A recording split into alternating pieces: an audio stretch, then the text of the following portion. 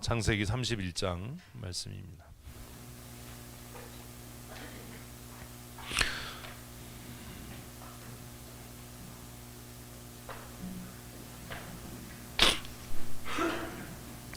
우리 1절부터 16절까지를 먼저 한번 읽을 거예요.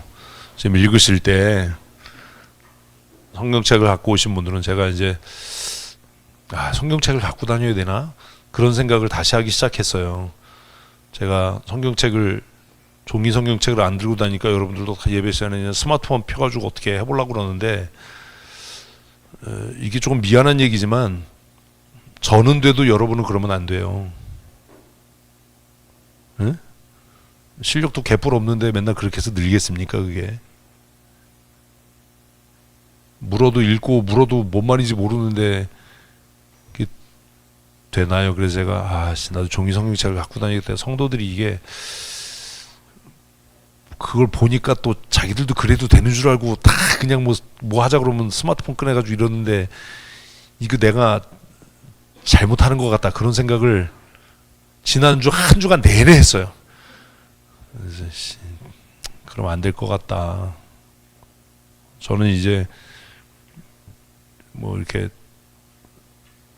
메모하고 그렇게 하는데 여러분들 그렇게 날로 먹으려고 그러면 안 돼요. 제가요 뒤에서는 안 보이시겠지만 이렇게 열심히 합니다. 방금선생님 보이세요? 잘 안 보이죠? 까맣고 하얗지 않고 노랗고 빨갛고 그래요. 근데 그렇게 뭐 대충 하면서 뭐 이게 안 돼, 이거 말이 안 되잖아요. 그런 좀 사모함이 있어야 되고 훈련함이 있어야 돼요. 저는 목사 된 지가 벌써 이제 30년이 넘었고 성경을 묵상하고 뭐 한 지가 뭐 40년이 넘었으니까 그동안 했던 것들이 있어서 이제는 그냥 어떤 매체로 성경을 읽어도 그냥 바로 정리가 되고 이해가 되고, 근데 제가 그런다고 해서 여러분들도 그렇게 하시면 나아질 건 없어요. 그리고 저도 지금 그냥 읽고 끝내지 않고 늘 이렇게 펜 가지고 정리를 하거든요. 그래서 제가 말씀드렸잖아요. 저는 전화기 바꿀 때 그 뭐 최신 폰 이런 게 중요하지 않고 메모할 수 있는 펜 기능이 있는 전화기를 쓴다. 사실 제일 아까운 게 그거잖아요. 뭐 2년에 한 번, 3년에 한 번씩 그 쓸데없는 100만 원 넘는 그 스마트폰을 써야 되나 뭐 이런 그런 고민도 해요. 그냥 한 뭐 5만 원짜리 그냥 이렇게 전화기 그냥 사서 그냥 좀 작았으면 좋겠다. 요즘에 또 이렇게 뭐 저는 들고 다니는 걸 별로 안 좋아해가지고 걸리적거려서 여러분들 때문에 종이 성경을 다시 갖고 다녀야 되나 그런 고민을 합니다. 이제 한번 딱 읽을 겁니다. 읽을 때 지금 연필을 드시고 표시를 하시면서 읽으십시오. 그리고 한번 읽고 나면 다시 계속 읽으면 안 됩니다. 그 진짜 바보 같은 짓을 하는 겁니다. 한번 읽고 나면 머리가 읽은 것들을 정리할 수 있도록 그렇게 기다려 주셔야 되고 그것들이 훈련이 계속 될 수 있도록 그렇게 하셔야 됩니다. 그게 되기 위해서 읽으면서 펜으로 끊을 때를 끊고 또 이렇게 표시할 부분을 표시하셔야 돼요. 종이 성경을 갖고 성경을 읽으시면서 색연필로 중요한 단어나 이런 부분들은 꼭 표시를 하셔야 됩니다. 제가 벌써 이 노트 기능이 있는 전화기를 쓴 지가 10년 이상이 됐거든요. 그러니까 지금 이 제가 쓰는 기종은 이제 삼성 거를 쓰는데 제가 아이폰이나 이런 걸 안 쓰는 이유도 삼성 기종에 그 삼성 노트라고 하는 프로그램이 있어요. 그래서 패드에서 작성을 하건 뭐 전화기로 작성을 하건 그게 연동이 되고 자료로 남으니까 그걸 계속 씁니다. 그리고 이제 시간이 오래 지난 것들은 나중에 이제 삭제해서 제가 폐기를 하는데 설교를 준비할 때도 사실 모티브는 이렇게 다니다가 아이디어가 떠오르거나 이렇게 감동이 되면 노트에다가 작성을 해요. 적어놔요. 그것들이 나중에 이제 숙성되면 한편의 설교가 되기도 하고 강의가 되기도 하고 그냥 혼자 쓰는 글이 되기도 하고 그렇습니다. 그 과정들을 하셔야 됩니다. 제가 처음에 성경을 읽을 때는 수첩에다 줄여서 노트에다 썼어요. 그 노트를 뭐 수십 권을 그렇게 해서 없앴습니다. 여러분 그렇게 하시면 안 돼요. 그리고 제가 설명드릴 때는 절대로 받아 쓰시면 안 돼요. 여러 번 얘기했잖아요. 이건 진짜 바보 멍청이 짓을 하는 거예요. 스스로가 멍청해지려고 노력하는 거니까 그런 건 하지 마시고 설명드릴 때는 아 그런 거구나, 내가 그런 부분이 아직 잘 안 되고 있구나, 그렇게 읽어야 되는 거구나, 그렇게 이해해야 되는구나 라고 하는 생각을 하셔야 됩니다. 요즘에는 막 뭐 개나 소나 막 딱 성경 강의하고 이러는데 웃기지도 않죠. 신학 공부가 그렇게 만만하고 쉬운 것도 아닌데 그냥 뭐 읽고 내가 이렇게 깨달았다 느꼈다 뭐 이런 게 뭐 그게 뭐 무슨 의미가 있겠습니까? 31장 1절부터 16절까지를 너무 느리지도 않고 너무 빠르지도 않고 아리송한 속도로 우리 함께 읽겠습니다. 야곱이 라반의 아들들이 하는 말을 들은즉 야곱이 우리 아버지의 소유를 다 빼앗고 우리 아버지의 소유로 말미암아 이 모든 재물을 모았다 하는지라. 야곱이 라반의 안색을 본즉 자기에게 대하여 전과 같지 아니하더라. 여호와께서 야곱에게 이르시되 내 조상의 땅 내 족속에게로 돌아가라. 내가 너와 함께 있으리라 하신지라. 야곱이 사람을 보내어 라헬과 레아를 자기 양떼가 있는 들로 불러다가 그들에게 이르되 내가 그대들의 아버지의 안색을 본즉 내게 대하여 전과 같지 아니하도다. 그러할지라도 내 하나님 아버지의 하나님은 나와 함께 계셨느니라. 그대들도 알거니와 내가 힘을 다하여 그대들의 아버지를 섬겼거늘 그대들의 아버지가 나를 속여 품삯을 10번이나 변경하였느니라. 그러나 하나님이 그를 막으사 나를 해치지 못하게 하셨으며 그가 이르기를 점 있는 것이 내 삭시 되리라 하면 온 양 낳은 것이 점 있는 것이요 또 얼룩무늬 있는 것이 내 삭시 되리라 하면 온 양떼가 낳은 것이 얼룩무늬 있는 것이니 하나님이 이같이 그대들의 아버지의 가축을 빼앗아 내게 주셨느니라. 그 양떼가 새끼 뵐 때에 내가 꿈에 눈을 들어보니 양떼를 탄 순양은 다 얼룩무늬 있는 것과 점 있는 것과 아롱진 것이었더라. 꿈에 하나님의 사자가 내게 말씀하시기를 야곱아 하시기로 내가 대답하기를 여기 있나이다 하매 이르시되 내 눈을 들어보라. 양떼를 탄 순양은 다 얼룩무늬 있는 것, 점 있는 것과 아롱진 것이라. 라반이 내게 행한 모든 것을 내가 보았노라. 나는 베델의 하나님이라. 내가 거기서 기둥에 기름을 붓고 거기서 내게 서원하였으니 지금 일어나 이곳을 떠나서 내 출생지로 돌아가라 하셨느니라. 라헬과 레아가 그에게 대답하여 이르되 우리가 우리 아버지 집에서 무슨 분깃이나 유산이 있으리요. 아버지가 우리를 팔고 우리의 돈을 다 먹어버렸으니 아버지가 우리를 외국인처럼 여기는 것이 아닌가. 하나님이 우리 아버지에게서 취하여 가신 재물은 우리와 우리 자식의 것이니 이제 하나님이 당신에게 이르신 일을 다 준행하라. 아멘. 이제 눈을 성경에서 떼시고 뭘 읽었는지를 생각하셔야 됩니다. 뭘 읽으셨죠? 그거를 이렇게 정리를 하시는 거예요. 근데 우리 소그룹 모임 할 때 이렇게 먼저 하셔야 돼요. 한번 먼저 읽고 뭘 읽었다를 돌아가면서 토론하지 말고 난 뭘 읽었다, 뭘 깨달았다, 뭘 봤다 뭐 이런 이야기. 이야기의 핵심이 뭐죠? 분량으로 가장 많은 비중을 차지하고 있는 게 뭐죠? 대답을 안 해. 이러면 안 돼요. 자꾸 얘기를 하셔야 돼요. 자꾸 16절까지를 읽었는데 가장 분량이 많은 내용이 뭡니까?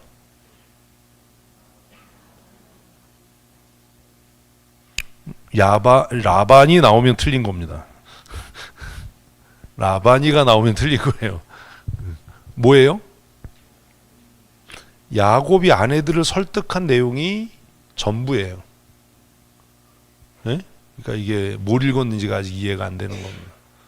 야곱이 자신의 아내들을 설득한 이야기가 내용의 전부입니다. 그렇죠? 근데 이 본문을 다 읽었는데 문제가 있어 보이는 부분들이 뭐죠? 그런 부분들을 읽으면서 표시를 했어야 되는 겁니다. 문제가 있어 보이는 부분들. 없었나요? 뭐 없었나요? 그러니까 있었어요. 이렇게 대답하면 안 되고요. 뭐였다라고 대답해야 돼요. 이거 정말 그 하나만한 대답이거든요. 본문에서 뭘 보냐? 그 사람의 성격이요. 아니 무슨 성격을 봤냐라는 거지. 무슨 성격을 봤다는 게 답입니까 그게? 그래서 뭐 그 사람 성격이 어떻냐는 얘기지. 예? 본문에서 이상한 게 뭐예요? 없었군요. 뭔가 잘못된 것 같은 느낌이 있는 게 뭐지? 모르죠. 이런 게 정리가 됐어야 돼. 읽으면서 이건 그냥 읽으면서 이건 문제 있는 표현이야. 이건 문제가 있어. 이런 게 정리가 안 되면 여러분은 신앙과 신학이 아직 뿌리가 없는 겁니다. 이게 굉장히 심각한 문제인 거예요. 이게 사실은. 그래서 제가 여러 번 얘기했잖아요. 성경 해석을 할 때 중요한 건 조직신학입니다.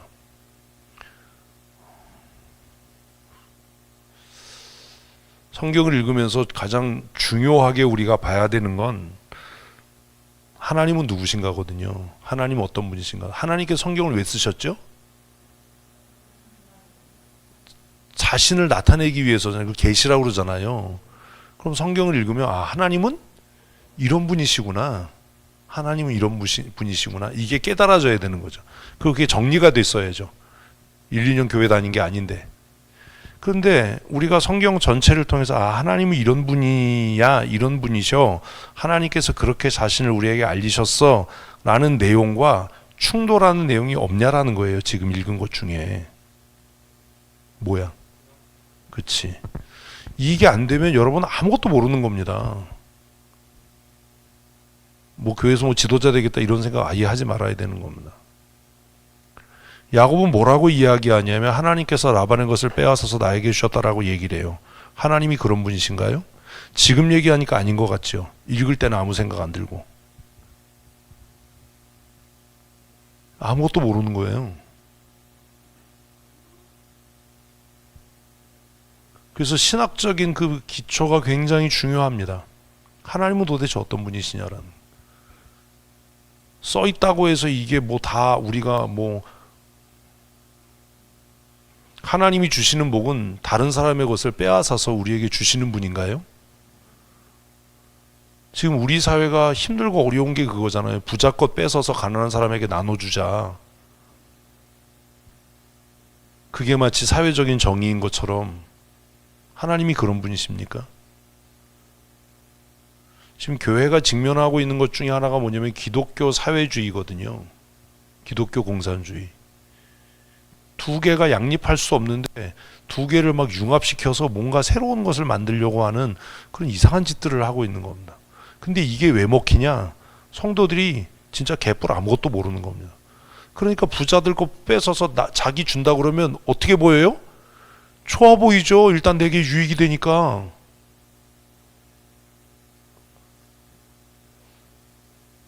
이런 것들이 정리가 돼야 돼요. 특별히 뭐 집사, 권사, 장로인데 이게 안 보인다. 그러면 그게 안 보이는 장로는 강요할 때 입도 뻥끗 하지 말아야 되고, 이런 것들이 이해 안 되는 집사, 권사는 뭐 재직회 하거나 공동회할 때 입도 뻥끗 하지 말아야 되는 겁니다. 뭐 아는 것도 아무것도 없는데 무슨 어떻게 교회를 뭐 성경대로 어떻게 하겠다, 게 말이 됩니까? 또 이상한 게 없었나요? 이상한 거 많아요. 이 본문에 말도 안 되는 소리가.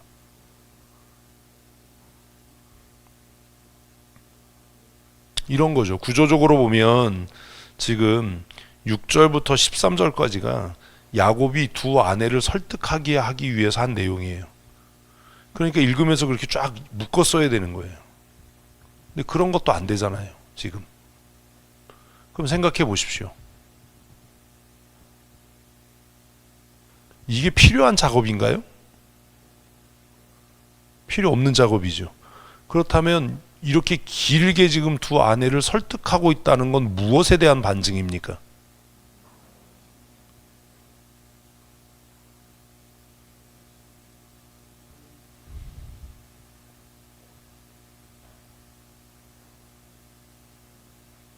어떻게 교회 주인 역할을 하시겠습니까?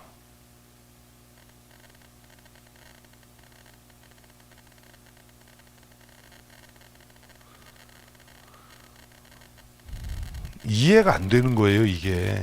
여러분이 그렇게 안 사니까. 이렇게 길게 무언가를 설명하고 있다는 건 뭘 반증하는 거예요? 아니요, 남편으로서의 권위가 없다는 겁니다.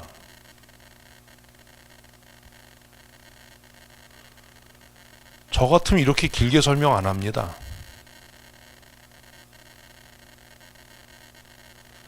야곱이 정신이 제대로 박힌 사람이고 하나님을 경외하고 신앙생활 제대로 한 사람이라면 이렇게 길게 얘기 안 합니다. 뭐라고 얘기하겠어요? 하나님이 가라고 했다. 그게 다예요. 하나님께서 나에게 가라고 말씀하셨다. 가자. 끝. 한 절도 필요 없는 이야기예요.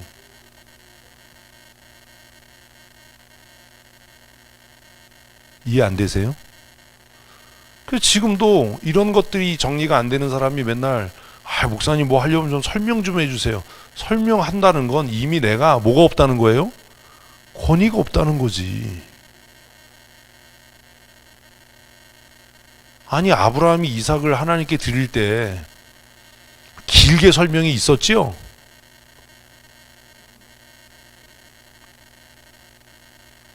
성경을 읽어도 전혀 이해가 안 되는 겁니다. 지금 이렇게 길게 설명한다는 건 뭐예요? 스스로가 자신이 정당하지 않다라고 느끼고 있기 때문이에요. 말이 길면 끝난 거예요. 그래서 예수 안 믿는 사람들도 그냥 속된 말로 왜 이렇게 혓바닥이 길어 그러잖아요. 주절주절 말을 많이 한다는 건 무언가 숨기거나 다른 의도가 있거나 정당하지 못하다는 걸 스스로가 알고 있다는 겁니다.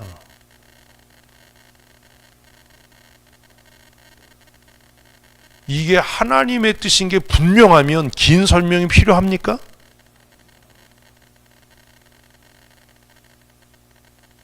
이런 게 이해가 안 되는 거예요.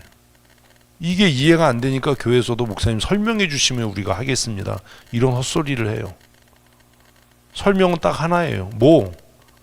하나님께서 그렇게 하라고 말씀하셨다. 끝. 예수님께서 가나 혼인잔치에서 하인들에게 길게 설명하셨죠? 벳세다 광야에서 제자들에게 아주 자세하게 설명하셨죠? 왜 글을 읽는데 이해를 못합니까? 예수님께서 가나 혼인잔치에서 뭐라고 그랬어요? 물 갖다 채워 떠다 줘. 끝. 무슨 설명이 있어요? 50명씩 앉혀 띄어서 나눠줘. 끝. 무슨 설명이 있어요?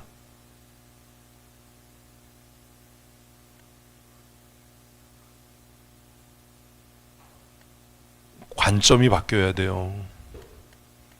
내 관점이 그러하니까 이런 게 안 보이는 거예요. 또 문제가 뭐예요?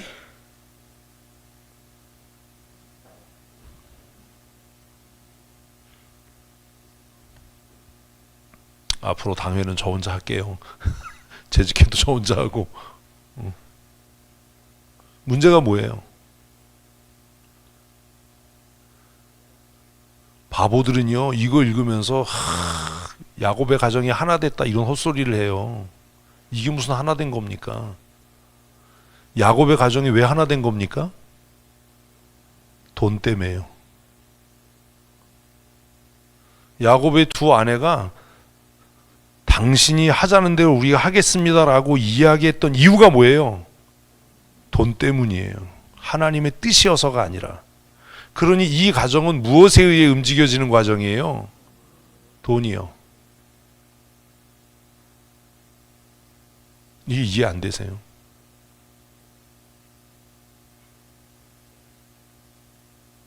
생각하는 훈련을 자꾸 해야 돼요. 그리고 우리의 가치관이 변하지 않으면 이게 안 보여요. 내가 시커먼 마음을 갖고 있는데 이게 어떻게 보입니까? 어? 성경의 가치관으로 내가 무장이 돼 있어야 아 이건 잘못된 거고 이건 옳은 거야, 이건 좀 오류가 있어, 이게 구분이 되지. 성경에 기준이 없는데, 저도 참 딱하죠. 성경에 기준이 없는 사람들한테 뭐가 잘못됐냐라고 묻고 답을 기다리는. 근데 그러기에는 우리가 이미 너무 오래 교회를 다닌 겁니다. 그리고 또 너무 집사권사 장로가 빨리 돼버린 거잖아요. 그리고 또 되고 났으니까 또 그만한 대우를 해달라고 또 자격도 갖추지 못했는데 대우만 요구하잖아요.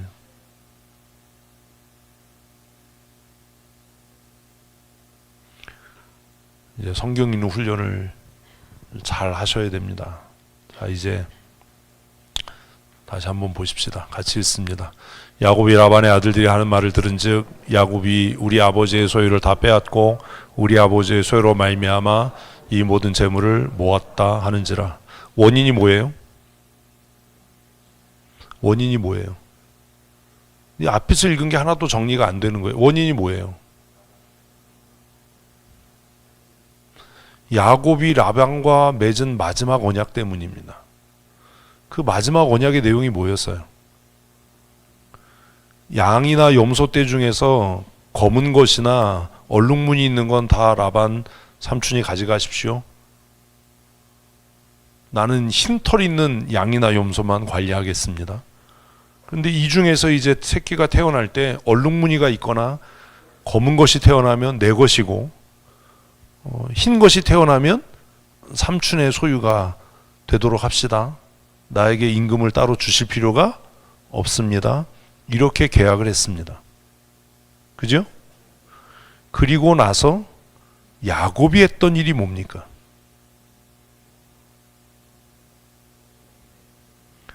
에휴.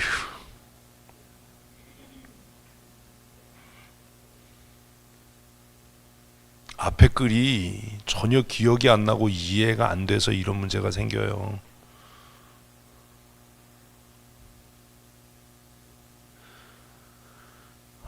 그리고 나서 야곱이 정말 하나님 앞에, 하나님, 내가 이렇게 억울한 일을 당하니까 공의의 하나님께서 내 억울함을 들으시고 내가 받아야 할 마땅할 보상을 받게 해주십시오 라고 했나요?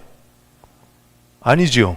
뭐 했지요? 꼼수를 부렸죠. 술수를 썼죠. 이게 하나님이 하신 일입니까? 근데 본문 읽으면서 야곱은 뭐라 그러죠? 하나님께서 라반의 것을 빼앗아서 나에게 주셨다라고 이야기합니다.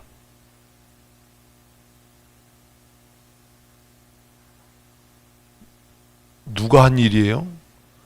자기가 수작을 부린 거예요. 우리도 이런 짓을 해요. 자기가 잔머리 쓰고 꼼수 부리고 이러고 나서 뭐 하나님이 뭐 인도하셔, 하나님이 해주실 거야, 말도 안 되는 소리를 막 합니다. 그러지 마십시오.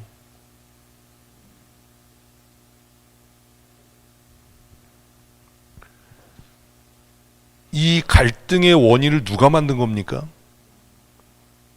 아직도 이해 안 되세요? 이 갈등의 원인을 누가 만든 거예요? 야곱이죠. 야곱이 속여 빼앗은 겁니다. 야곱이 차라리 정당하게 라반에게 자신의 품삯을 정했으면 되는 겁니다. 아, 전혀 이해가 안 되네 이게. 예?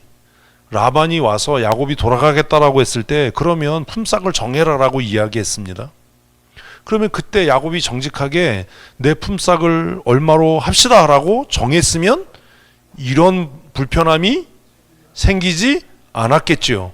이 갈등의 원인을 제공한 사람은 누구예요? 야곱이에요. 사실 이것도 이해가 안 돼요. 그는 품삯을 정하지 않습니다. 네? 왜요? 꿍꿍이가 있었으니까요.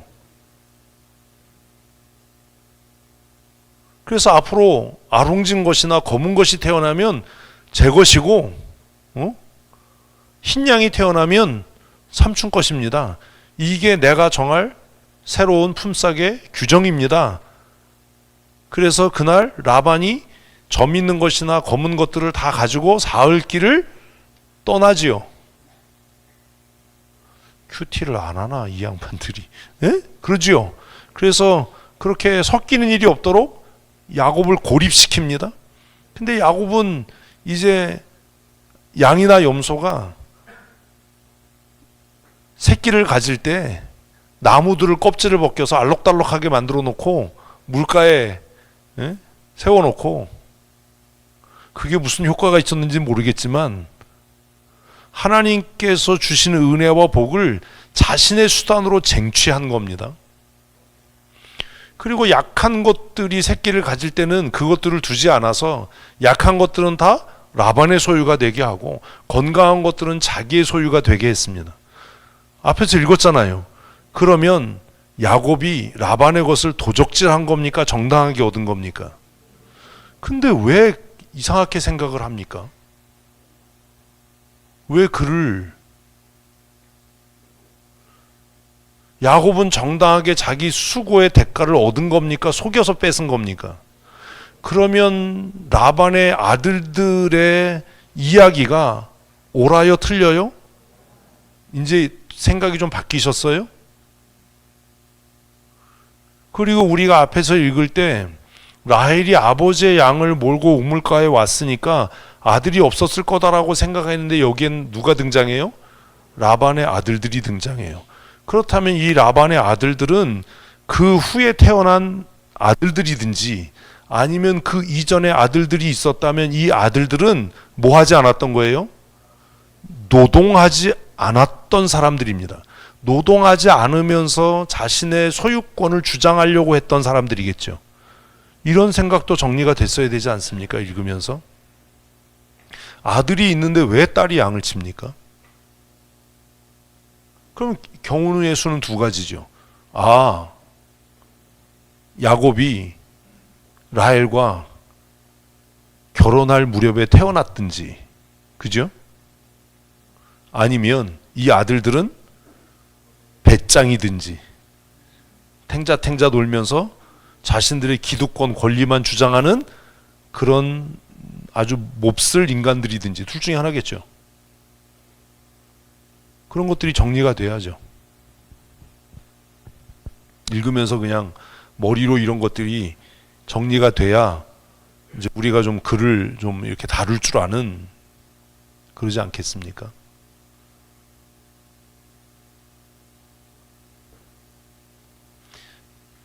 그래서 라반의 아들들의 평가가 정당해요, 정당하지 않아요? 정당해 보이는 겁니다. 근데 우리는 그런 생각 안 합니다. 읽으면서 아무 생각 없이 그냥 읽어 내려가는 거죠.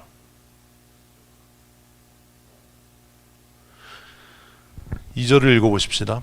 야곱이 라반의 안색을 본즉 자기에 대하여 전과 같지 않다. 당연하죠. 라반이 무슨 생각 들었겠어요? 내가 속았다. 이 새끼가 나를 속였다. 근데 똑같은 거예요. 야곱도 라반도. 뭐가 똑같아요? 아니요. 뭐가 똑같아요? 자기가 한 짓은 돌아보지 않아요.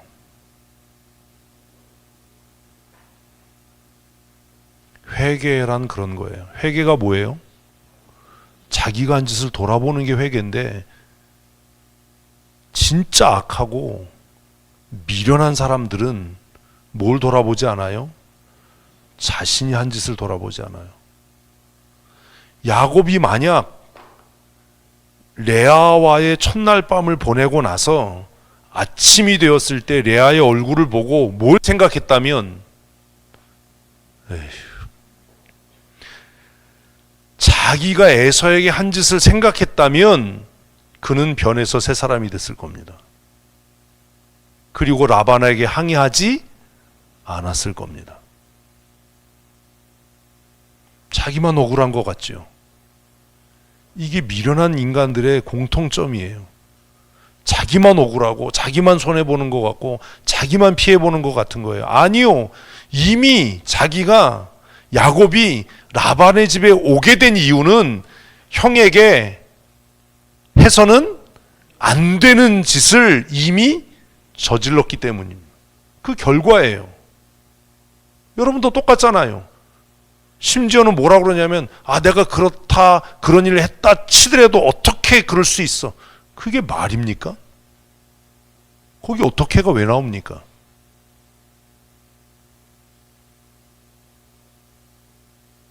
그냥 꼬꾸라져야죠. 내가 잘못했습니다. 내가 이렇게 당하는 게 쌉니다. 내 죄보다 내가 당하는 벌이 가볍습니다. 이래야 이게 뭐가 되는데, 야곱도 안 되고 라반도 안 되는 거예요. 지금 이 상황이 됐을 때 라반은 뭘 생각해야 돼요? 내가 야곱을 그동안 속여먹고 이용해 먹은 결과다라는 생각을 했다면 라반의 인생이 달라졌을 겁니다. 여러분, 남을 변화시키려고 하지 마십시오. 내가 변하지 않는데 어떻게 남이 변합니까? 한국교회가 스스로 깨끗해지지 않고 변하지 않는데 어떻게 사회를 변화시킬 수 있습니까? 목사, 장로, 권사가 이렇게 성경에 대해서 무지한데 어떻게 세상을 감당할 수 있습니까?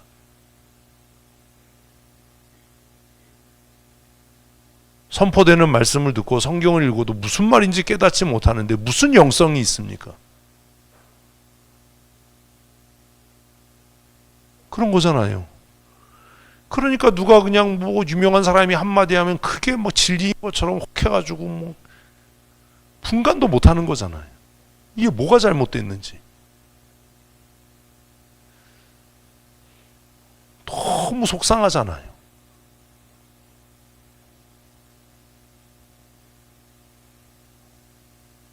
때때로 저는 목사라는 게 너무 창피할 때가 있어요. 한국교회 목사들이 얼마나 시덥지 않으면, 시덥지 않은 사람들이 나와가지고 성경을 강의한다, 성경을 강의한다, 이따구 짓을 하나.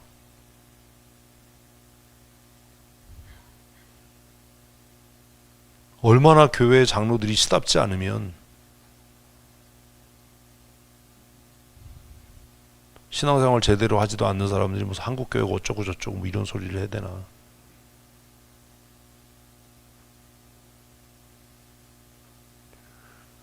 라반이 안색을 변할 건덕지도 없는 거예요. 야곱도 그 아침에 라반에게 쫓아가서 그렇게 승질을 낼 자격도 없는 거예요. 뭘 생각하면, 자기가 했던 짓을 생각하면. 여러분은 어떠세요? 내가 저지른 일을 생각하면 무슨 얼굴을 쳐들을 수 있고 뭐가 억울하다고 그렇게 그럴 건덕지가 어디 있습니까?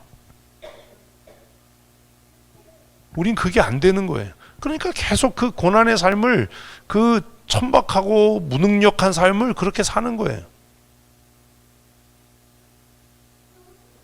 야곱도 라반도 이게 문제인 겁니다. 그러니 그의 고난은 끝나지 않죠. 끝날 수가 없습니다. 그냥 그렇게 살다 끝날 겁니다. 목사님 나아질 거예요? 안 나아질 겁니다. 왜 이렇게 부정적이에요? 부정적인 게 아니에요. 인생은 관성대로 사라집니다. 무슨 말인지 아시겠어요? 그 관성의 힘이 얼마나 큰지 환도뼈가 부러져도 안 바뀝니다. 여러분도 마찬가지예요. 말로 저 사람이 좀 나아졌어요. 그런 거 없어요.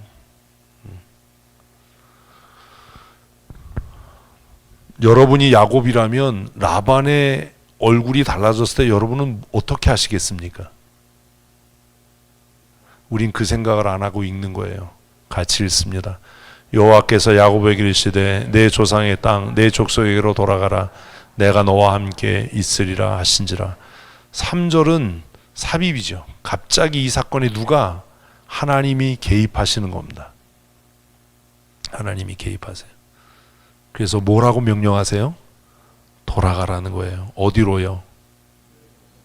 이렇게 써 있는 대로 읽으면 안 되는 거예요. 어디로요? 어디로요? 그러니까 앞에 있는 게 하나도 기억이 안 나는 거예요. 어디로 돌아가래요?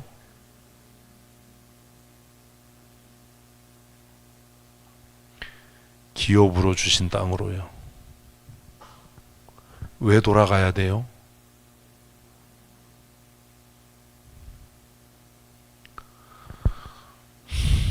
그가 믿음의 계보를 이어야 할 자니까요.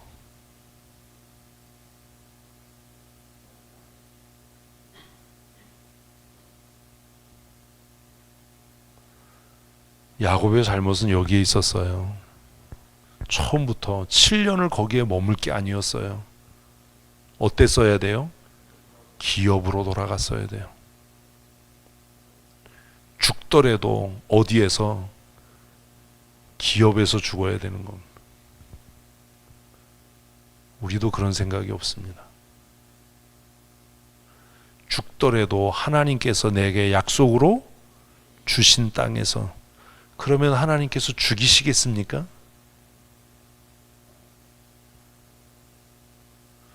삼 절을 읽고도 뭔 말인지를 이해를 못해요. 믿음의 계보를 이을 사람이 있어야 할 곳은 어디예요? 기업이에요. 약속의 땅. 약속의 땅.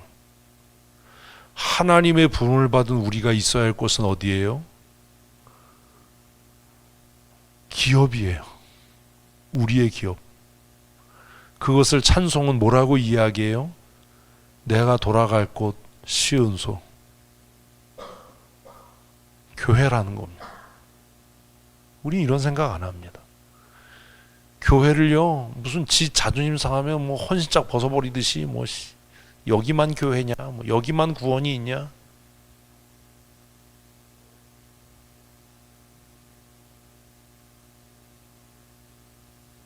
열심히 찬송해도 찬송 가사가 이해가 안 되는 거지.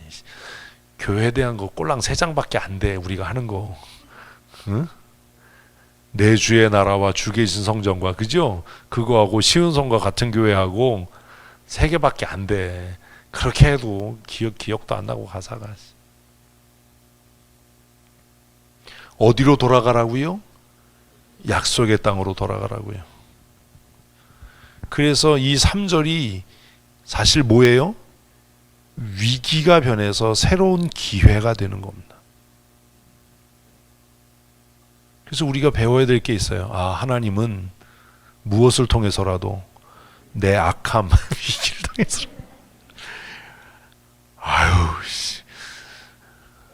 내가 한 500년 살 건데 여러분 때문에 100살을 못 넘길 것 같아요. 내 악함, 내 미련함, 내 죄를 통해서도 하나님은 우리를 어디로? 기업의 땅으로, 약속의 땅으로 이끄신다는 거죠. 라반의 얼굴이 변하지 않았으면 안 갔을 거예요. 하나님이 가라고 해도 안 갔을 거예요. 하나님은 참 절묘한 타이밍에 절묘하게, 예? 지금 얘기하면 뭐 할 것 같으니까, 들을 것 같으니까. 왜? 여기 있으면 죽을 텐데? 근데 이건 사실 순종이 아니거든요.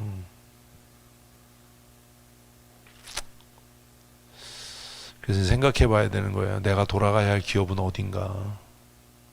내가 내 뼈를 묻어야 할 기업은 어딘가? 한번 생각을 해봤어야 되잖아요. 그죠? 그러면 뭐 해야 돼요? 긴 말이 필요 없는 거예요. 그냥 가자 그랬으면 돼요. 근데 야곱은 뭐예요? 긴 말을 합니다. 4절 읽습니다. 야곱이 사람을 보내어 라헬과 레아를 자기 양떼가 있는 들로 불러다가, 그래서 이제 이거는 삽입이잖아요. 설명, 나레이션이죠.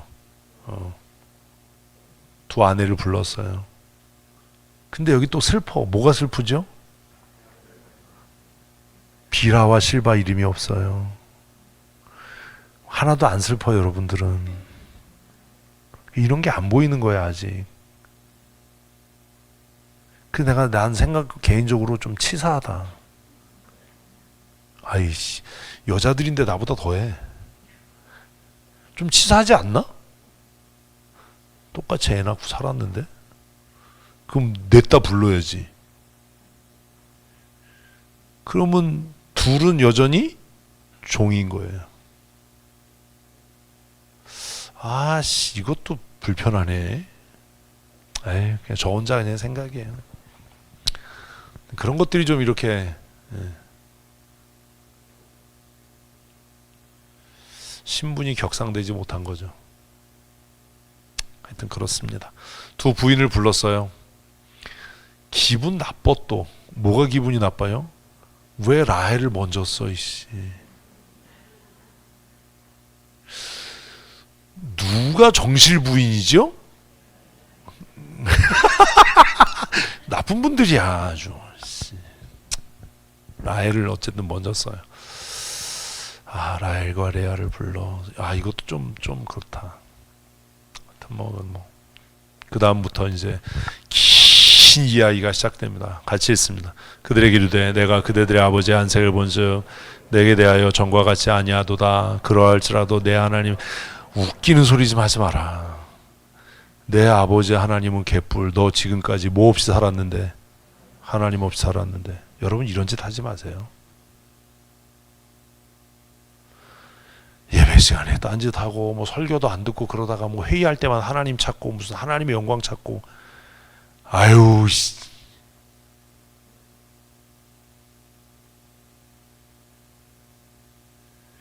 그 예배도 제대로 못하다가 그냥 기도 순서 되면 뭐 온갖 거룩한 말로 무슨 씨. 아유 씨. 하나님의 이름을 얘기하면 막 경건한 것 같고 거룩한 것 같아 보이죠? 하나도 아니잖아요. 그게 더 우리를 수치스럽게 만들잖아요. 목사, 장로의 그 직분이 영광스러우려면 우리가 어떻게 살 때, 주와 동행하는 삶을 살 때, 하나님의 말씀에 이유 없이 조건 없이 뭐 할 때 순종할 때지. 무슨 왜 존경 못 받는다고요? 왜 인정 못 받는다고요? 뭐가 섭섭하다는 거예요? 네가 그럼 주와 동행하는 삶을 살았냐? 살고 있냐? 앞으로 살 거냐?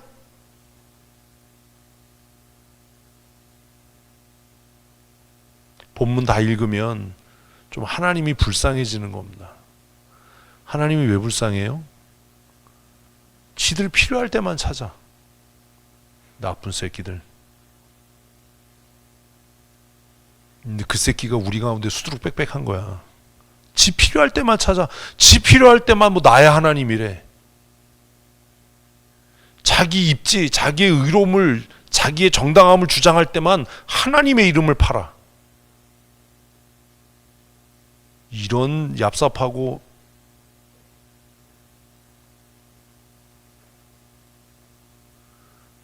얼마나 야곱이 그지같이 살았냐 하면, 이 도망가는 길에 라헬이 아버지의 드라빔을 훔쳐요. 그러면 어떻게 살았다는 거예요? 무슨 나의 아버지의 하나님은, 그런 가증스러운 소리를 하지 마라.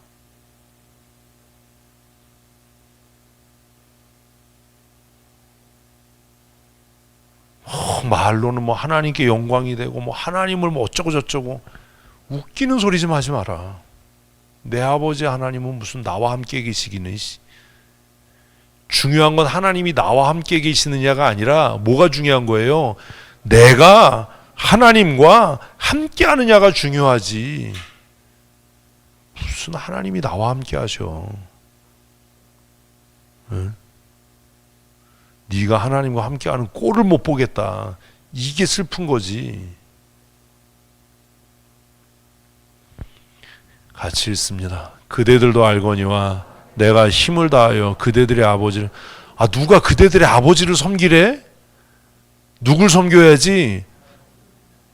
이해되세요 이제? 얼마나 허점이 많아요 이 얘기에. 내가 하나님 앞에 정직하게 살았다. 내가 내 아버지 하나님을 경외하며 살았다. 뭐 이래야 이게 논리가 뭐 정연한 거지. 왜 스스로 자신을 팔아서 자유인이었던 야곱이 왜 라반의 종이 돼서 라반을 섬긴 것을 무슨 자랑처럼 이야기를 하냐. 여러분 돈을 섬기지 마세요. 아멘을 안 해. 명예와 권력을 섬기지 마세요. 하나님을 경외하며 섬기는 걸 자랑으로 여겨야지.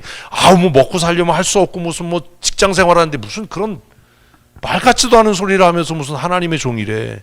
무슨 하나님의 종이에요? 돈의 종이고 권력의 종이고 지 밥그릇의 종이지. 무슨 직장에 충성하고 무슨 사회일에 열심을 내고 무슨 그 사람이 하나님의 종이에요? 양심도 없어. 직장에 충성하라고 하나님이 우리를 불렀냐고요?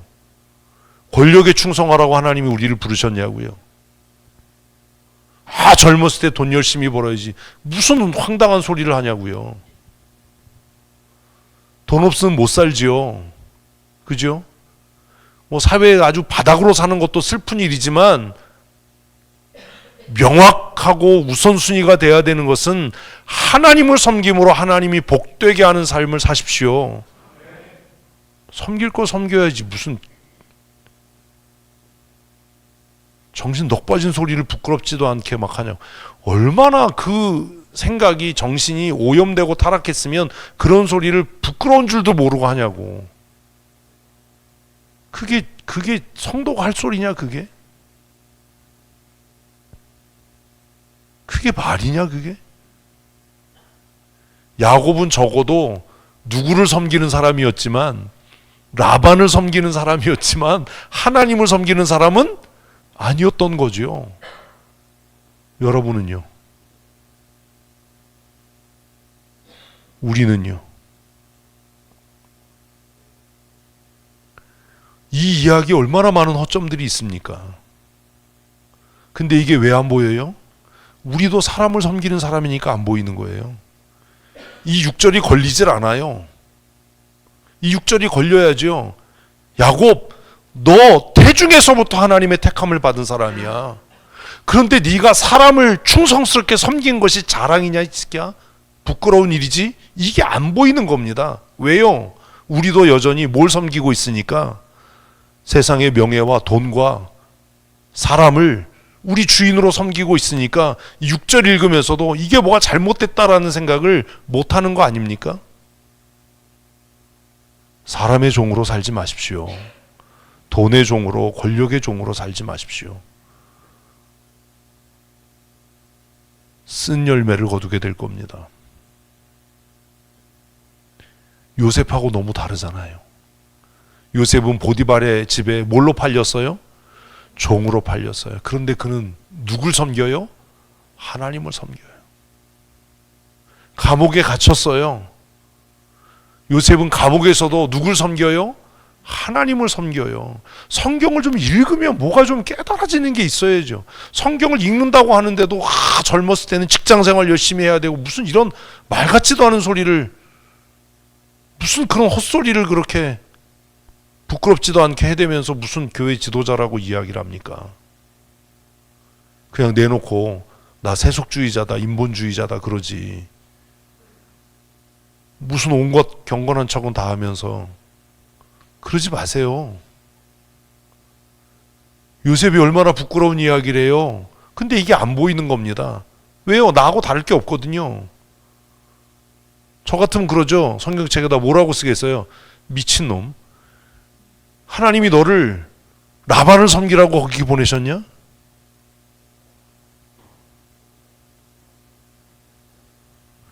실절 있습니다. 그대들의 아버지가 나를 속여 품삯을 10번이나 변경. 왜 자기가 형 속인 건 얘기 안 해요? 왜 자기가 아버지 속인 건 얘기 안 해요? 라반이 자기를 속인 게 더 나쁜 겁니까? 자기가 아버지 속여서 장자의 축복을 가로챈 게 더 나쁜 겁니까? 왜 대답을 안 해요? 뭐가 더 나쁜 겁니까? 솔직하게 얘기해야죠. 내가 아버지 집에 있을 때 형을 속여서 장자의 명분을 빼앗았고 아버지를 속여서 내가 장자의 축복을 빼앗아서 지금 이렇게 여기서 수모의 삶을 살고 고단한 인생을 살게 됐다. 그런데 지금 하나님이 나를 다시 기업으로 돌아가라고 하신다. 이랬어야 이게 정상이지. 무슨 남 탓을 하냐고. 맨날 남 탓이야. 내가 준비를 철저하게 못했습니다. 내가 부족했습니다. 뭐 이래야지. 맨날 남에게 피해 책임을 전가하고 누구 때문에 그랬고 꼭 공부 못하는 애새끼들이 공부하려고 하는데 엄마가 공부하라고 그래서 안 할 거야. 이거하고 똑같은 거잖아요. 공부하라고 그러면 연필 깎고 응? 공부하라고 그러면 연필을 한 타스를 깎고 그러다가 이제 참다가 이제 막 화가 치밀어 가지고 너 연필 언제 다 깎을래? 좀 공부 좀 해라 그러면 하려고 지금 그랬는데 엄마가 그래서 안 할 거야. 너지? 기분 나빠서 안 해. 목사님 순종하려고 그러는데 목사님이 그래서 안 할 거예요. 마음대로 하세요. 마음대로. 아니 니네 아버지가 나를 10번 품삯을 속인 게 중요하냐고. 네가 하나님을 속이고 아버지를 속인 거는 왜 얘기 안 하냐고. 우린 이거 읽으면서요 또 그래요. 라반이 품삯을 10번이나 속였지만 하나님은 야곱을 보호하시고 무슨 헛소리야. 아이씨 그렇게 접근하지 말라고. 무슨 하나님이 무슨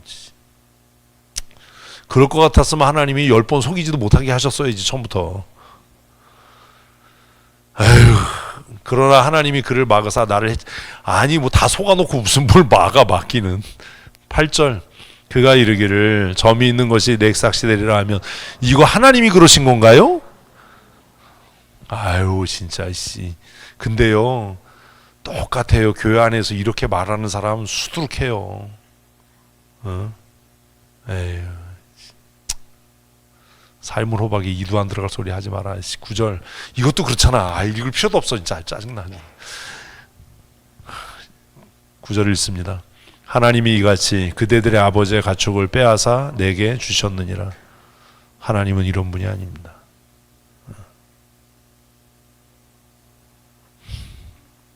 하나님을 여러분 입맛대로 재단하지 마십시오.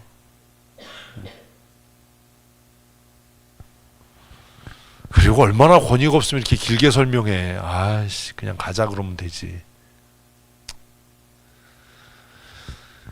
이것도 뭐 그래요. 아유씨 이것도 그래. 이것도 그쵸. 그냥 아주 그냥 말긴 사람 싫어해.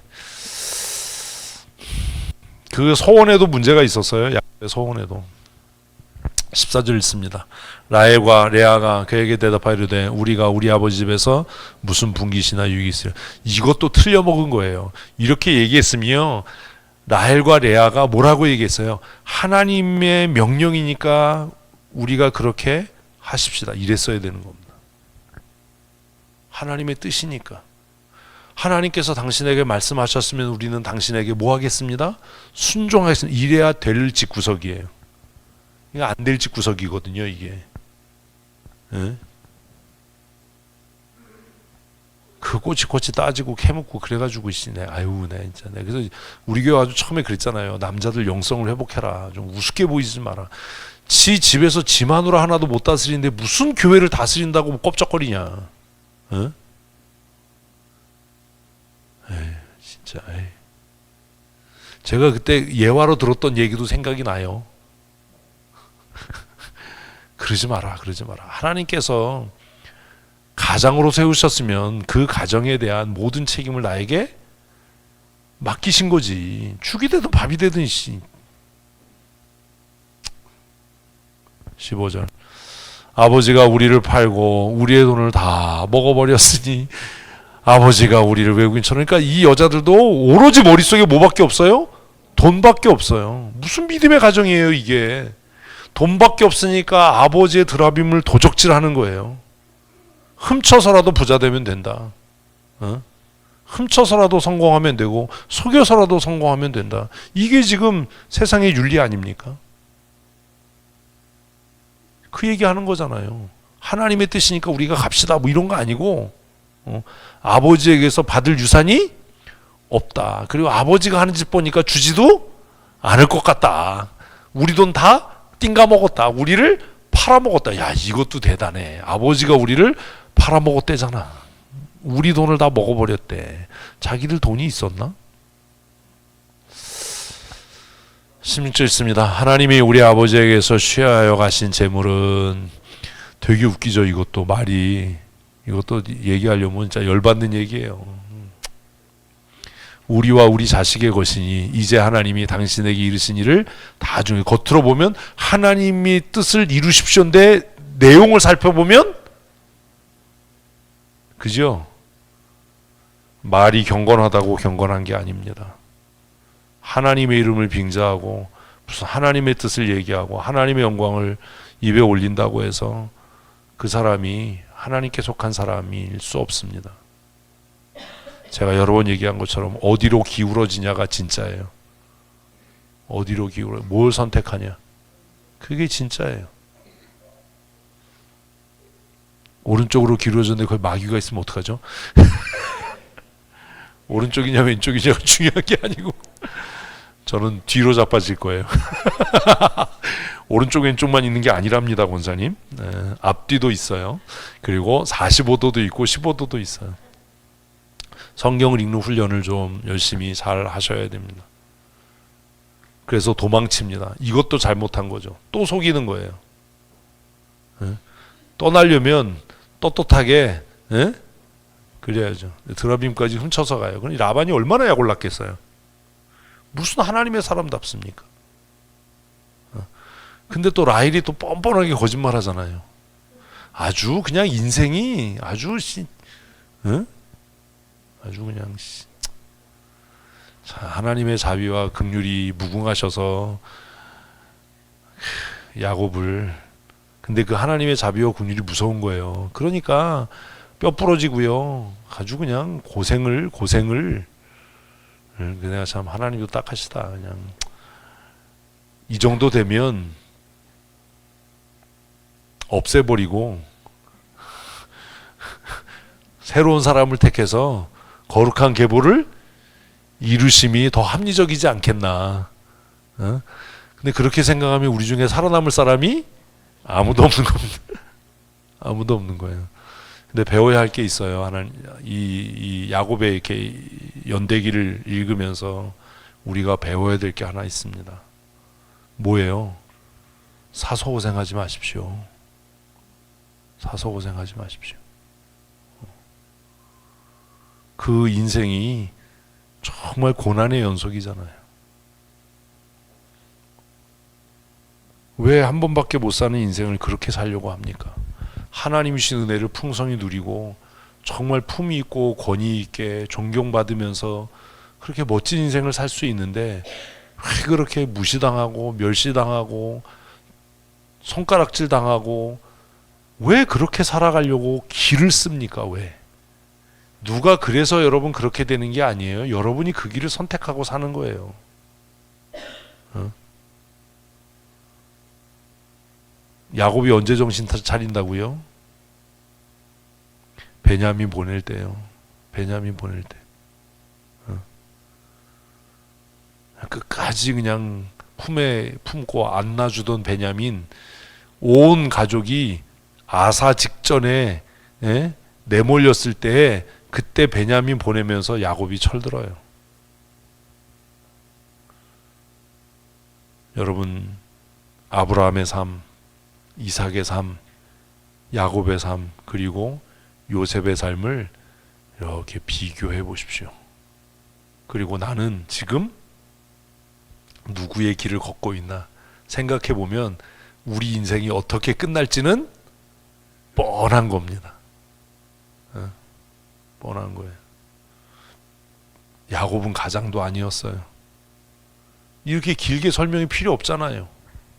정말 그가 하나님과 동행하는 사람이었으면 하나님께서 내게 약속의 땅으로 돌아가라고 하셨다. 가자. 끝.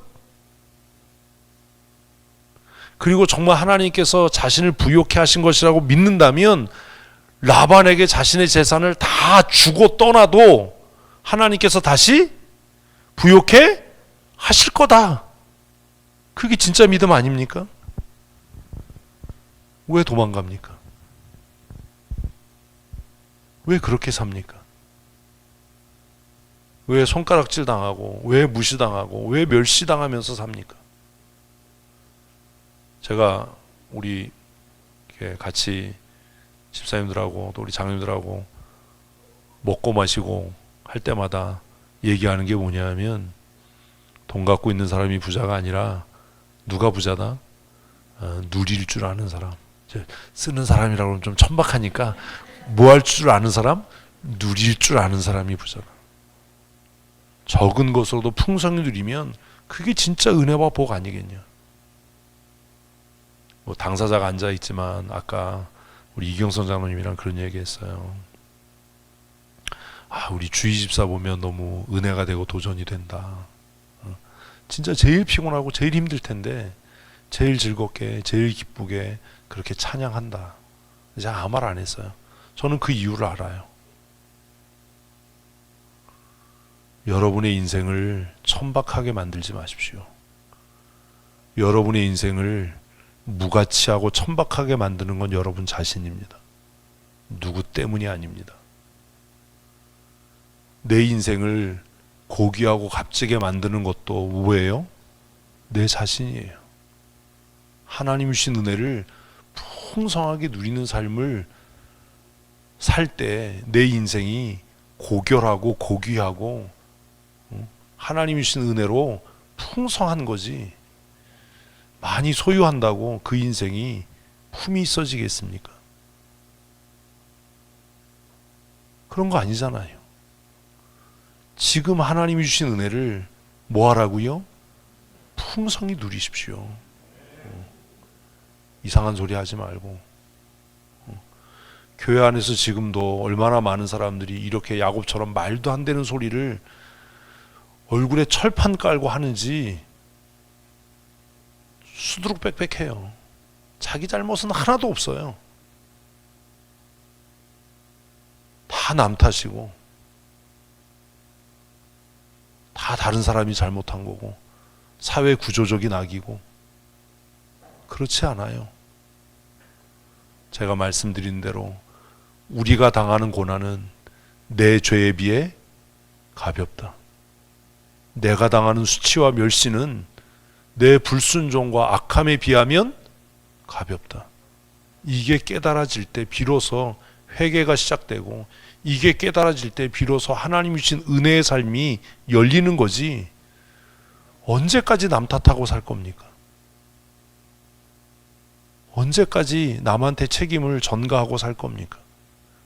모든 잘못을 라반에게 전가하고 라반을 탓하고, 그래서 야곱의 삶이 뭐 나아졌나요?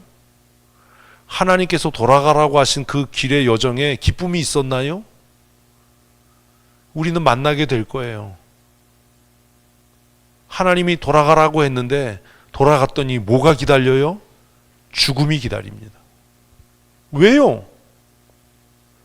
자기가 변하지 않았거든요. 이상하지 않습니까? 하나님께서 내 조상의 땅으로 돌아가라고 했으면 에서가 400명 거느리고 나오지 말았어야죠. 왜 그런 일이 생기지요?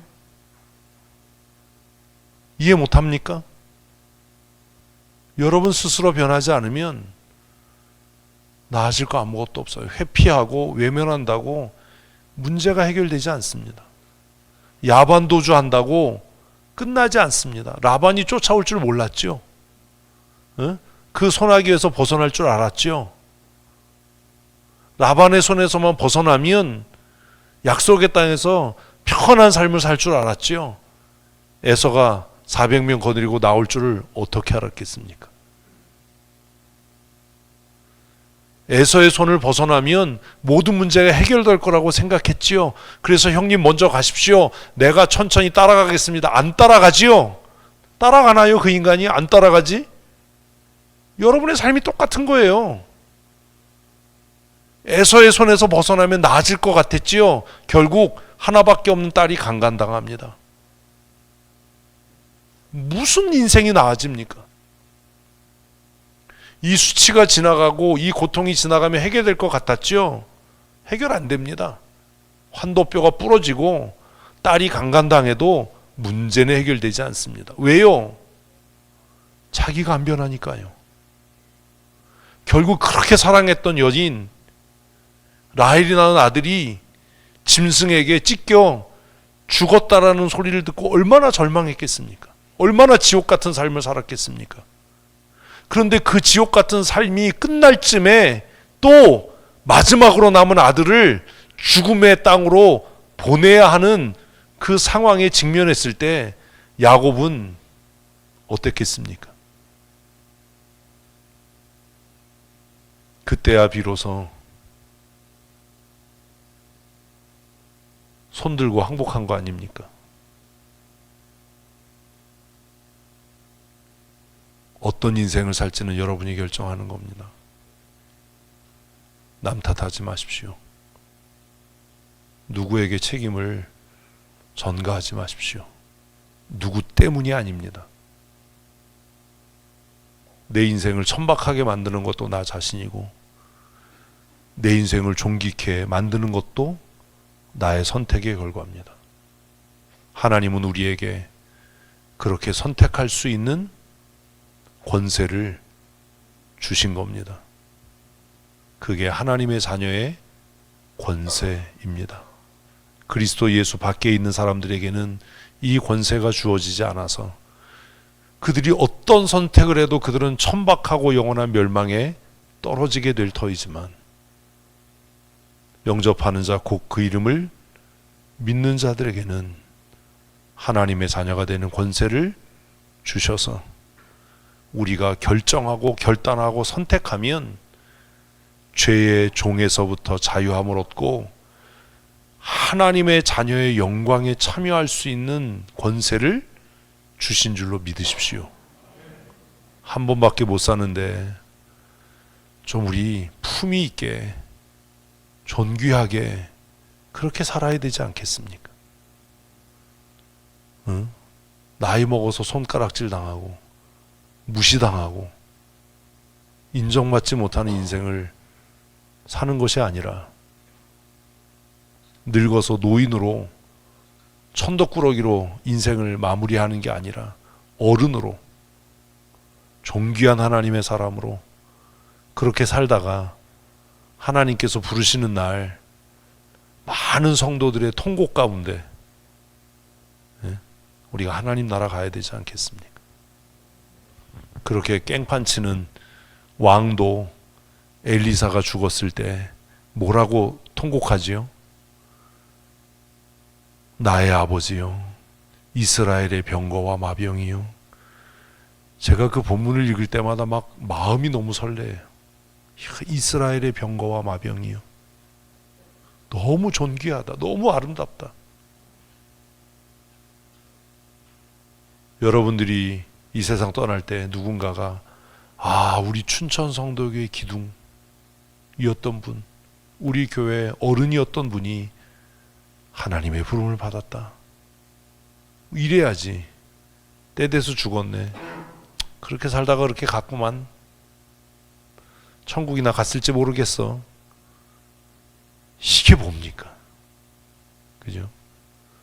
우리 박영수 권사님이 하나님의 부름을 받는 날 우리 모든 성도들이 한편으로는 기쁘게 춤추고 잔치를 벌이면서도 왜요? 보기 싫은 인간 같다 이게 아니고 하나님의 영광에 이르렀다 그러면서도 한편으로는 우리 교회에 큰 어른을 잃었다, 우리 교회에 믿음의 어머니를 잃었다, 이렇게 슬퍼할 수 있는 그런 어른으로 사셔야 되지 않겠습니까?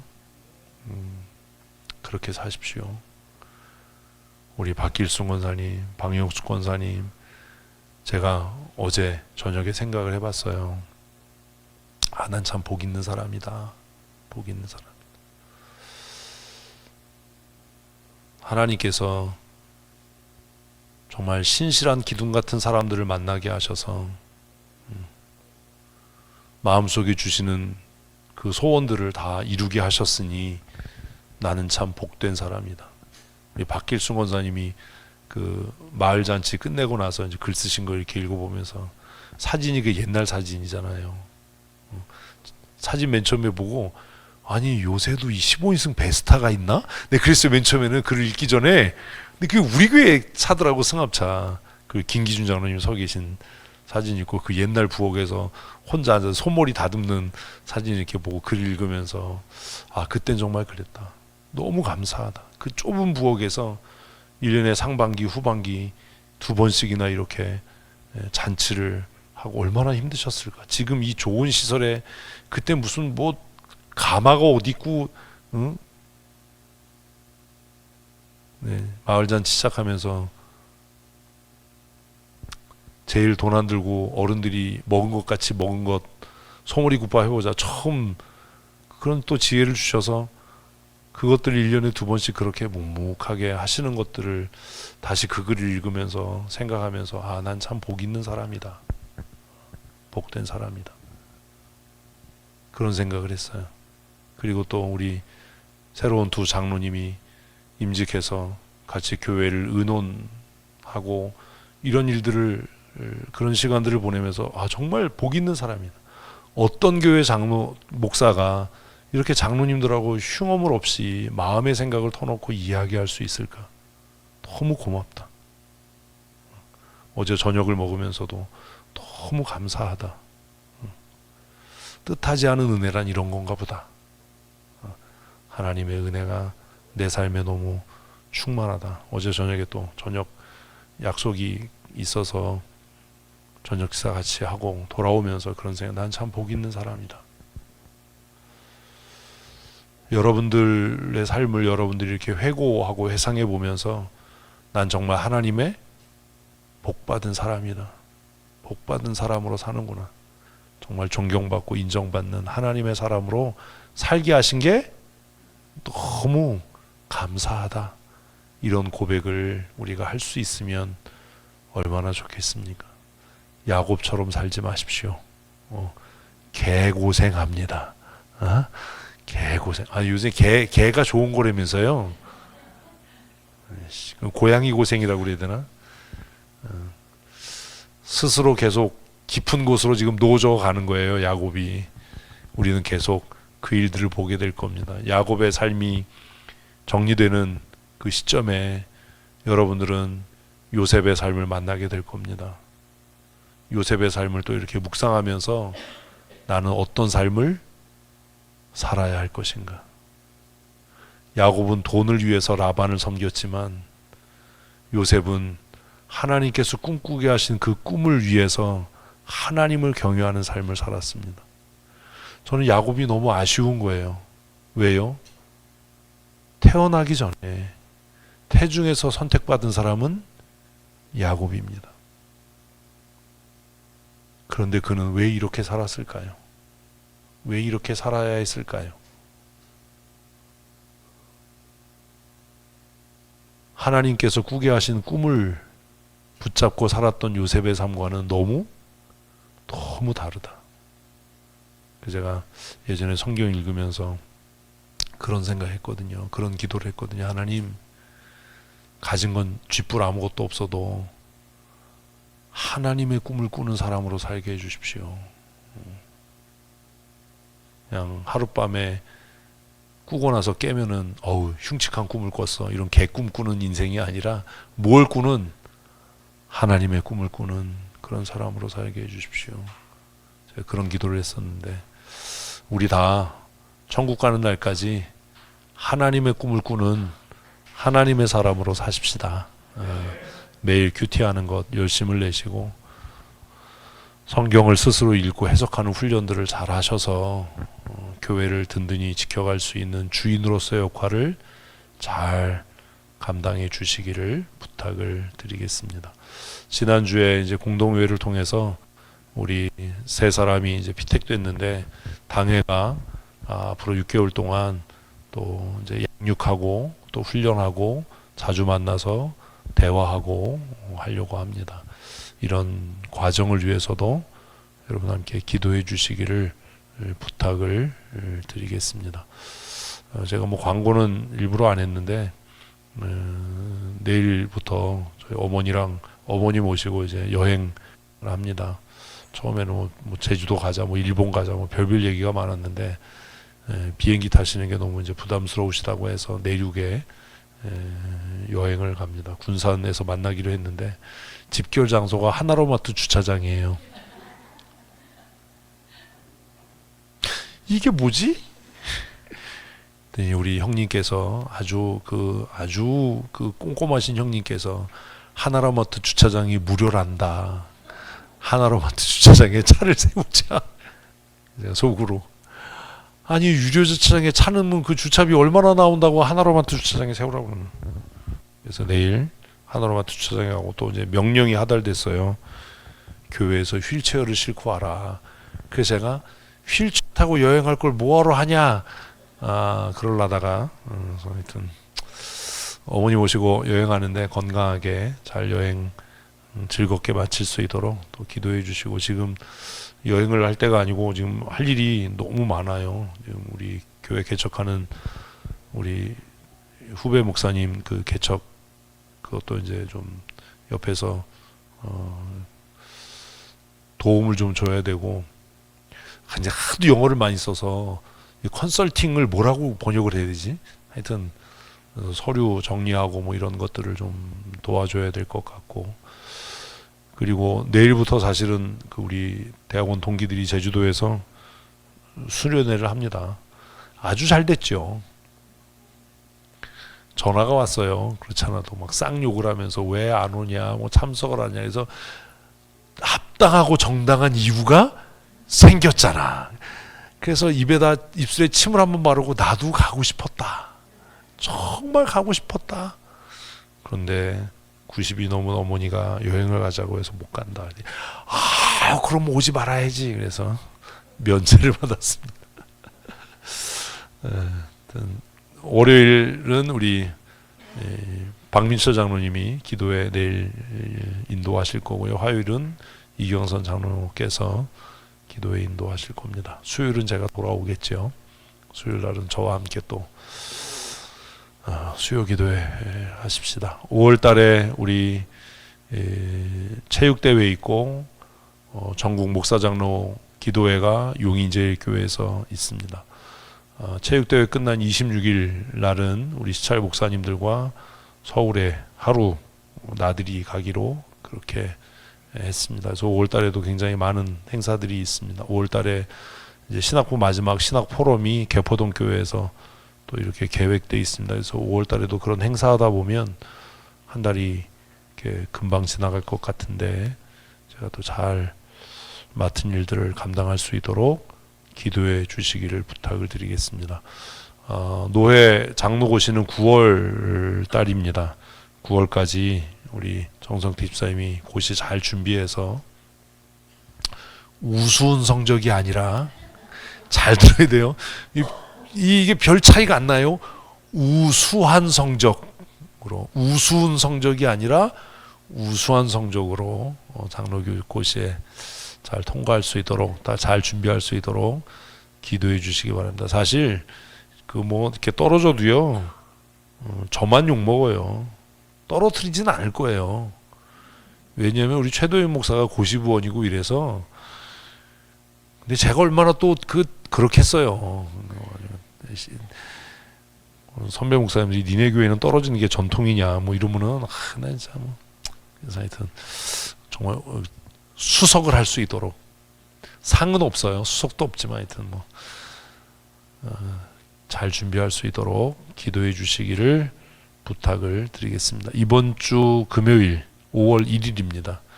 이번 주 금요일과 토요일에 우리 청년들이 성교관 마무리 작업을 한답니다. 도배하고 뭐 하는 마무리 작업을 할 텐데, 또 잘 준비돼서 안식년 혹은 또 한국에 잠시 방문하는 선교사님들에게 좋은 쉼의 장소가 될 수 있도록 아름답게 마무리되고 정리될 수 있도록 또 기도해 주시기 바라고, 이렇게 광고 드리는 것은 혹시 마음에 감동되시는 분들은 5월 1일에 오셔서 점심 식사를 좀 준비해 주시면 일하는 청년들에게 많은 위로와 힘이 되지 않을까 생각이 돼서 말씀드립니다. 5월 1일 금요일과 5월 2일 토요일에 일한답니다. 그리고 5월 3일 주일은 우리 어린이 주일입니다. 우리 차세대 팀에서 다양한 행사를 준비하고 있고 주일학교 아이들을 또 축복하고 격려하는 그런 시간들을 준비했습니다. 다음 주에 오실 때는 노랗게 입고 오셔야 됩니다. 노란 옷을 입고 오셔야 되고, 저는 지금 노란 옷을 주문해 놨는데 이 옷이 비행기를 안 타네요. 주문한 지 꽤 됐는데 비행기를 타면 비행기 탔다고 이게 문자가 오는데 문자가 안 와서 보니까 아직도 뭐 판매자가 발송을 준비하고 있다고 그래서 다음 주에 머리를 노랗게 염색을 하고 오든지 그런 불상사가 생기지 않도록.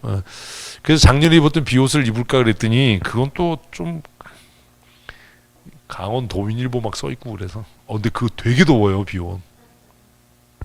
다음 주에 노란 옷 다 우리 이쁘게 맞춰 입고 예배 참석해 주시고, 예배 후에 전체 사진 찍는답니다. 그러니까 예배 후에 다음 주에는 어디 가지 마시고 그 자리에 잘 남아 주셔서 우리 아이들 축복하고 노랗게 입고, 근데 노라니까 좀 그렇다. 싹수가 노란 교회인가?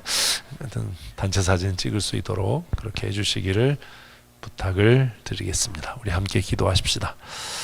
참 좋으신 하나님, 하나님의 말씀을 읽고 선포되는 말씀을 들을 때 깨닫는 은혜를 더하시고, 그 말씀을 깨닫고 우리의 삶에 적용하고 실천할 때 열매 맺는 삶 살게 하시고, 하나님의 은혜로 우리의 삶이 존귀케 되며 풍성하신 은혜와 복을 누리는 복된 믿음의 삶이 되게 하여 주시옵소서.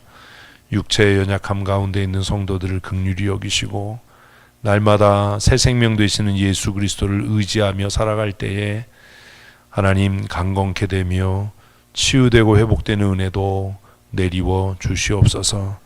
이제 연로하여 육체의 연약함으로 예배의 자리에 나오지 못하는 우리 어르신들을 긍휼히 여기시고 하나님 나라가 가까워져 갈수록 더욱 견고한 믿음으로 하나님 나라를 소망하며 끝까지 싸워 승리하는 거룩한 하나님의 사람이 되게 하여 주시옵소서. 학업 중에 있는 자녀들에게 지혜와 명철을 더하시고 취업을 준비하는 사랑하는 자녀들에게 하나님께서 무엇을 어떻게 해야 할지 깨닫는 분별력의 은혜도 내리워 주시옵소서. 직장 생활하는 성도들에게 하나님께서 정직한 마음과 탁월함을 더하여 주셔서 하나님의 영광을 위해 쓰여지는 믿음의 사람들이 되게 하시고, 사업을 경영하는 모든 성도들의 가정에 하나님께서 형통의 은혜를 더하셔서 불황을 모르는 복된 삶을 살게 하여 주시옵소서. 교회의 머리 되신 우리 구주 예수 그리스도의 크신 은혜와 아버지 하나님의 크고 놀라우신 사랑하심과 성령님의 교통하시고 충만케 하시는 은혜와 역사하심이 오늘 주 앞에 나와 예배하고 일상의 삶으로 돌아가며 왕같은 제사장의 삶을 살기로 굳게 결심하는 사랑하는 성도들 머리머리 위에와 그들의 가정 위에 영원토록 함께 있을지어다. 아멘.